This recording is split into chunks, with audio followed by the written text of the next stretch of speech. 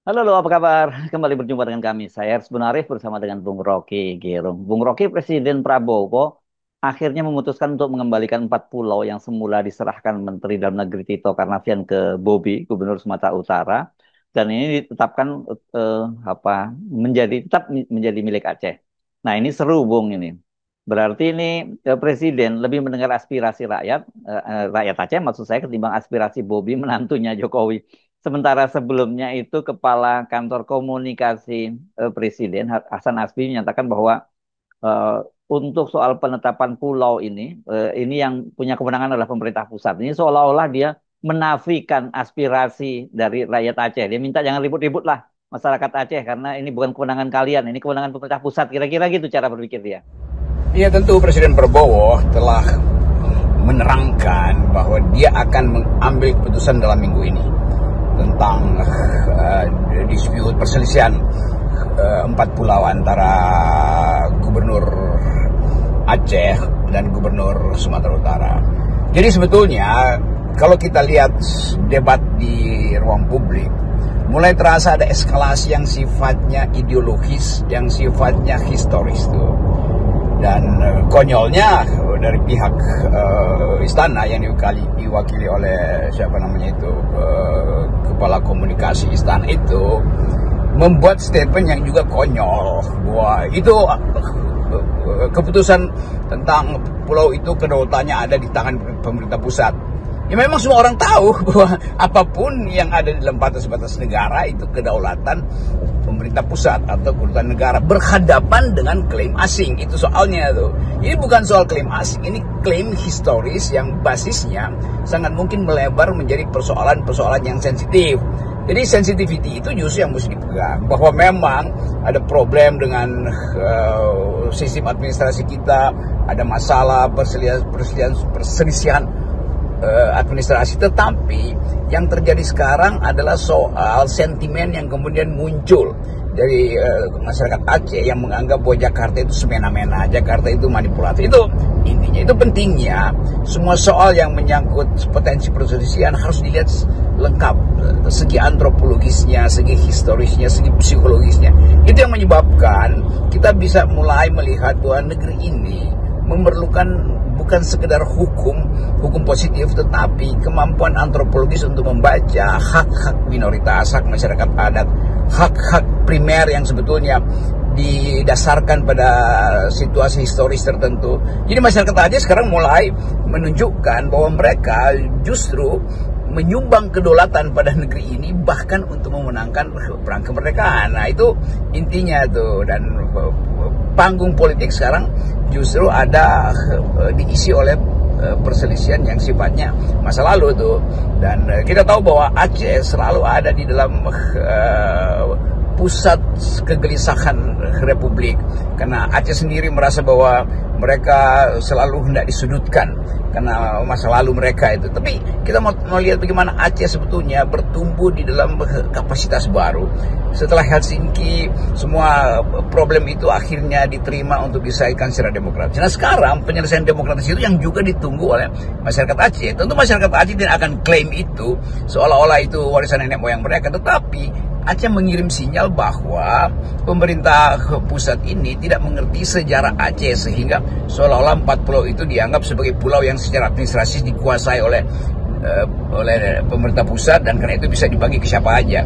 Kan itu yang membuat kita mengerti bahwa negara itu tidak paham tentang hak-hak tradisional, tidak paham tentang sejarah yang memungkinkan negeri ini bertumbuh. Sejarah Aceh itu lebih panjang pasti dari NKRI, karena kerajaan Aceh itu sudah ada jauh sebelum NKRI, dan di dalam masa Orde Baru Aceh juga menjadi lapangan sebut aja lapangan latihan militer, lapangan okupasi militer, lapangan pembantaian, bahkan itu yang digambarkan di dalam sejarah dunia. Jadi Aceh berhak untuk merasa sebetulnya merasa gelisah, jangan-jangan 4 pulau itu jadi semacam penanda baru bahwa Aceh akan diambil alih kembali oleh kekuatan-kekuatan yang tidak berpihak pada sejarah masyarakat Aceh. Keputusan Presiden ini sangat tepat ya, karena bukan hanya di kalangan warga Aceh, tapi juga masyarakat umum itu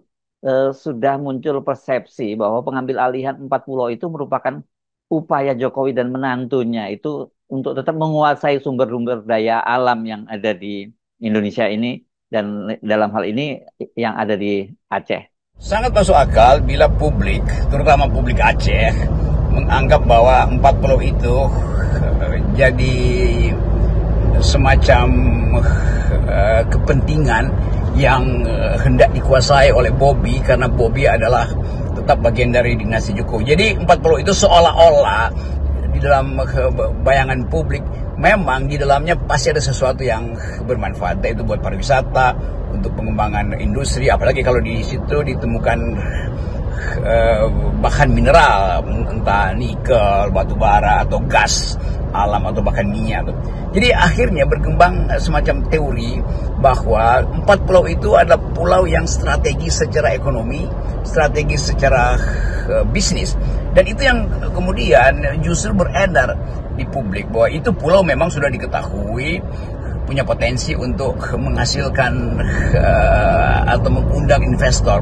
Jadi sekali lagi kepentingan ekonomi sebetulnya sudah tiba di situ sebelum masalah politik dimulai itu. Tentu kita bisa ulas lagi bahwa secara sejarah semua undang-undang dari tahun 50-an yang sudah diriset itu memang menunjukkan bahwa itu final adalah milik dari pemerintah Aceh, dari rakyat Aceh, dari provinsi Aceh itu. Dan kalau undang-undang itu tidak diperhatikan, itu penanda bahwa ada sesuatu yang dilanggar, hendak diterobos demi memastikan bahwa pulau-pulau itu manfaat ekonominya itu akan jatuh di tangan Bobi Nasution. Ini yang mulai dibaca oleh masyarakat umum, bahwa pulau-pulau itu beraspek bisnis karena gubernurnya adalah bagian dari kepentingan Presiden Jokowi atau mantan Presiden Jokowi. Jadi tidak salah bila orang mulai menghubung-hubungkan antara kepentingan bisnis dan politik yang pada sekarang, pada hari-hari ini diwujudkan dalam bentuk keinginan dari Gubernur Sumatera Utara untuk mengambil manfaat dari pulau-pulau itu. Nah, itu yang kemudian jadi semacam perselisihan, ya adu kuat antara sang gubernur dengan Mualem, dengan Pak Munam, Pak Gubernur Aceh itu. Jadi sebetulnya yang hendak kita uji adalah apakah ketika 4 pulau itu dinyatakan secara administratif milik Provinsi Sumatera Utara, apakah pengalihan status itu dibahas secara komprehensif dengan mempertimbangkan aspek sejarah, aspek politik hari ini, dan aspek yang sekarang sedang dibicarakan publik, itu kedinastian Jokowi. Jadi orang menganggap jangan-jangan ini adalah perluasan kedinastian Presiden Jokowi melalui menantunya itu Bobi Nasution. Itu hal yang harus mulai dibaca hari ini, sebab mungkin sekali itu preteks yang memang tidak diucapkan ketika administrasinya dipindahkan dari Aceh ke Sumatera Utara. Jadi nggak salah ya kalau orang banyak menilai ya ini memang permainan dinasti Jokowi. Ya tapi saya nggak habis pikir apakah orang seperti Bobi ini nggak pernah berpikir panjang bahwa dampak dari keserakahan dia mengambil alih 4 pulau itu bukan hanya menjadi sorotan masyarakat di nasional, tapi juga komunitas internasional, karena perdamaian di Aceh itu bagaimanapun juga ada peran dari komunitas internasional. Dalam hal ini setidaknya adalah Presiden Finlandia waktu itu ya, Marty Ahtisaari, yang menjadi mediator perundingan antara gerakannya Aceh Merdeka dengan pemerintah Indonesia. Tentu tak terelakkan isu pulau ini akan bereskalasi lalu menjadi isu internasional tuh, karena kita harus tetap mengatakan bahwa di belakang psikologi masyarakat Aceh tetap ada sesuatu yang belum selesai itu. Kendati Helsinki sudah mendamaikan antara kombatan gerakan Aceh Merdeka dan militer Indonesia, tapi sejarah itu tidak mungkin hilang begitu aja. Nah, dia bisa bangkit kembali semacam ingatan-ingatan atau memori kolektif tentang perjuangan gerakan Aceh Merdeka ketika kerapuhan psikologi dari masyarakat itu diumpankan ke dalam kasus perampasan pulau ini. Jadi bagi Aceh ini juga adalah satu perampasan, dan trauma masyarakat Aceh soal operasi militer di Aceh, trauma soal tsunami itu belum selesai itu. Jadi masih banyak luka kebudayaan. Saya sebut aja luka kebudayaan ya, bukan luka politik pada masyarakat Aceh yang sedang memulihkan diri dan mulai menata kehidupan baru. Jadi kita mulai melihat bahwa bagian-bagian kultural itu selalu jadi pretext, jadi latar belakang semua peristiwa politik. Dan Aceh juga masih terhubung dengan sejarah panjang perjuangan keinginan untuk merdeka. Sebut aja keinginan untuk merdeka yang pada waktu itu memang masuk akal karena self-determinasi itu juga dijamin oleh sistem hak asasi manusia global tuh. Nah sekarang ketika kasus ini mulai merebak, ada aja faktor-faktor yang kemudian membuat berita ini menjadi berita yang secara politis pekah di tingkat dunia tuh. Dan kita tahu bahwa Indonesia hari-hari ini juga ada kepekaan-kepekaan kedaerahan. Papua tetap masih ada dalam kondisi yang tidak bisa terhegemoni sepenuhnya oleh NKRI, harga mati. Demikian juga Aceh itu. Jadi bagian-bagian ini yang saya sebut saja sebagai aspek dari apa yang biasa dalam ilmu politik disebut culture matters. Nah, kira-kira itu istilahnya. Kebudayaan itu ada satu soal penting. Jadi itu soalnya dia menjadi laten kalau keadilan menguasai wacana publik. Nah, ketika ketidakadilannya menguasai, maka culture matter ini bisa berubah menjadi isu politik, political issue pada akhirnya tuh. Jadi kesempatan kita juga untuk mulai membaca bahwa yang kita sebut stabilitas nasional itu seringkali tidak dimengerti sebagai sisa-sisa endapan memori yang masih ada di dalam banyak daerah yang dari awal kemerdekaan, keinginan dari beberapa daerah untuk berdiri sendiri itu juga mesti dianggap sebagai semacam sinyal bahwa ada ketidakadilan dari pemerintah pusat. Jadi sekali lagi kita mau coba baca itu secara agak luas dan mengandalkan analisis historis supaya kita mengerti bahwa protes masyarakat Aceh itu ada alasan historisnya, ada alasan kulturalnya, dan ada alasan globalnya bahkan tuh kalau dikait-kaitkan dengan tetap isu tentang Aceh Merdeka masih diperjuangkan kendati dalam bentuk paper-paper akademis dari teman-teman mahasiswa atau kalangan intelektual di luar negeri. Kan saya sering bertemu dengan